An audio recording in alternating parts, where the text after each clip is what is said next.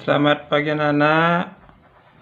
Kita sekarang mulai pembelajaran. Sekarang kita bahas bab 3. Tapi sebelumnya mari kita buka pembelajaran dengan berdoa terlebih dahulu. Doa Bapak pimpin dari di sini. Berdoa mulai.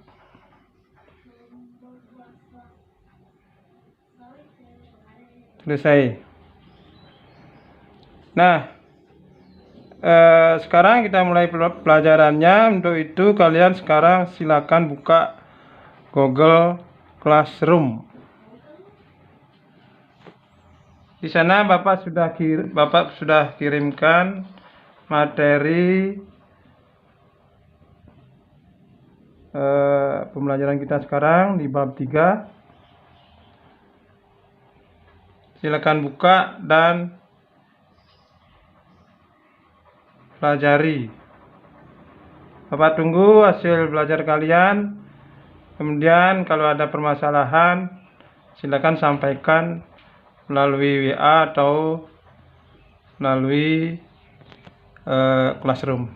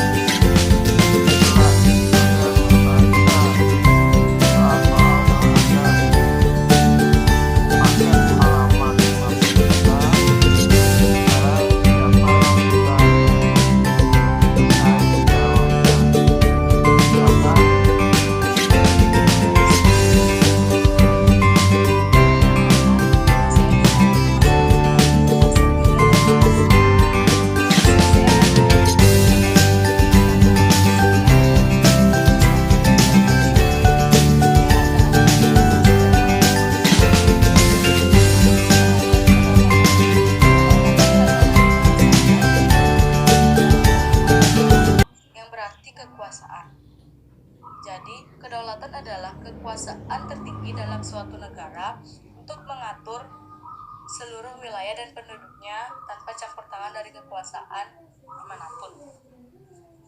Yang kedua ada sifat kedaulatan. Sifat kedaulatan ada 4, yaitu asli, permanen, tunggal, atau bulat, dan tidak terbatas. Yang pertama, asli. Artinya, kekuasaan tidak berasal dari kekuasaan lain yang lebih tinggi. Yang kedua, ada permanen. Artinya, kekuasaan itu ada sepanjang negara. Om Swastiastu, perkenalkan nama saya Lenovi Suryani, nomor absen 21 kelas 9B. Di sini saya akan menjawab tugas mandiri 3.1 halaman 59. Nomor aspek informasi. 1. Pengertian kedaulatan. Uraian. Kedaulatan adalah kekuasaan terdiri dalam suatu negara atau untuk mengatur seluruh wilayah dan penduduk tanpa campur tangan dari kekuasaan manapun. 2. Sifat kedaulatan. Uraian. Sifat kedaulatan ada 4. Om Swastiastu, perkenalkan nama saya Dekode Arini Puspadevi dari kelas 9B absen 06. Di sini saya akan menjawab pertanyaan dari halaman 59 tugas 3.1. Aspek informasi. Pengertian kedaulatan. Pengertian kedaulatan adalah suatu hak eksekutif untuk menguasai suatu wilayah pemerintahan, masyarakat atau atas diri sendiri. 2. Aspek informasi sifat kedaulatan. Uraian. Permanen atau tetap, asli, absolut, tidak dapat terbagi-bagi, dan tidak terbatas. Ketiga, macam-macam kedaulatan. Uraiannya, kedaulatan Tuhan, kedaulatan raja, kedaulatan negara, kedaulatan hukum, dan kedaulatan rakyat. Keempat, teori kedaulatan. Uraiannya, teori kedaulatan rakyat menyatakan bahwa kekuasaan tertinggi dalam suatu. Om Swastiastu, perkenalkan nama saya Putu Sri Apriliani Putri, nomor absen 29. Di sini saya akan menjawab tugas mandiri 3.1. Setelah kalian mencari informasi dengan membaca materi di atas dan sumber belajar lain tentang hakikat kedaulatan, tulislah apa yang sudah kalian ketahui. 1. Pengertian kedaulatan. Kata kedaulatan berasal dari bahasa. Siapa dari kalian yang bisa menyimpulkan hasil pembelajaran kita hari ini? Silakan, siapa yang bisa lewat pesan suara ini, silakan. Simpulannya, hari ini kita sedang belajar tentang pengertian kedaulatan, sifat kedaulatan, macam-macam kedaulatan, dan teori kedaulatan. Ya, mungkin gitu aja. Ada lagi dari kalian yang mau menambahkan, silakan. Sudah bagus. Kesimpulannya, kita belajar tentang yang pertama pengertian kedaulatan, yang kedua sifat kedaulatan yaitu ada 5, asli, absolut, tidak dapat terbagi-bagi, tidak terbatas, dan permanen atau tetap.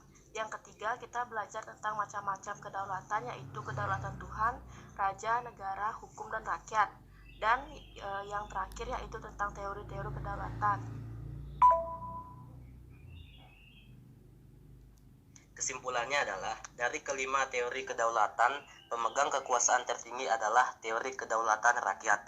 Karena rakyat merupakan kesatuan yang dibentuk oleh suatu perjanjian masyarakat, kemudian rakyat memberikan sebagian kekuasaannya kepada penguasa yang dipilih oleh rakyat, dan penguasa tersebut harus melindungi hak-hak rakyat yang disebut dengan demokrasi, yaitu pemerintah mendapatkan mandatnya dari rakyat, oleh rakyat, dan untuk rakyat.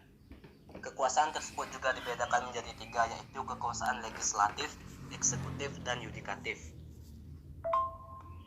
Ya, apa yang dikatakan Bintang, Nanda, dan juga Komang itu betul semua.